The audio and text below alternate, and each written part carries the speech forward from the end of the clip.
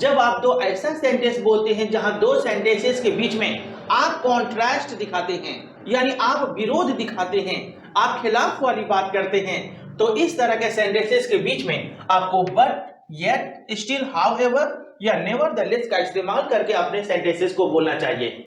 कैसे बोलना चाहिए, आइए कुछ एग्जांपल्स देखें ताकि आप अपनी इंग्लिश को और भी ज्यादा इंप्रूव कर सकें। ही इज रिच, वह अमीर है, बट ही इज माइजर, फिर भी वो कंजूस है। अब यहाँ पर आपने देखा इन दो सेंटेंसेस के बीच में मैंने कॉन्ट्रास्ट दिखाया कि वह अमीर है बावजूद इसके वह कंजूस है, यानी एक अमीर इंसान को कंजूस नहीं होना चाहिए। लेकिन यहाँ पर बात कैसी हो रही है, कॉन्ट्रास्ट वाली, विरोध वाली, खिलाफ वाली, कि अमीर होने के बावजूद भी वो क्या है, कंजूस है। तो इसलिए इन दो सेंटेंसेस के बीच में मैंने लिखा बट, जिसका हिंदी मीनिंग हुआ फिर भी। आई डोंट सपोर्ट हिम, मैं उसको सपोर्ट नहीं करता, मैं उसका समर्थन नहीं करता। Yet he respects me, फिर भी वह मेरी इज्जत करता है, फिर भी वह मेरी सम्मान करता है। अगर मैं किसी इंसान को सपोर्ट करूं और वह मेरी इज्जत करे, ये तो नॉर्मल बात है, ये तो नेचुरल है।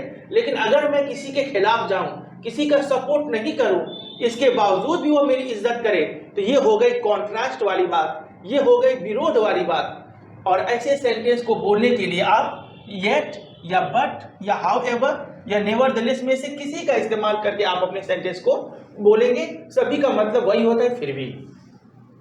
She was ill, however, she attended the class. देखिए वह बीमार थी, फिर भी वह क्लास को अटेंड की। अब हमारे नॉर्मल लाइफ में क्या होता है, कोई स्टूडेंट अगर बीमार हो जाता है तो वो उस दिन छुट्टी ले लेता है, उस दिन आराम कर लेता है। लेकिन वह बीमार थी, फिर भी उसने क्लास को अटेंड किया।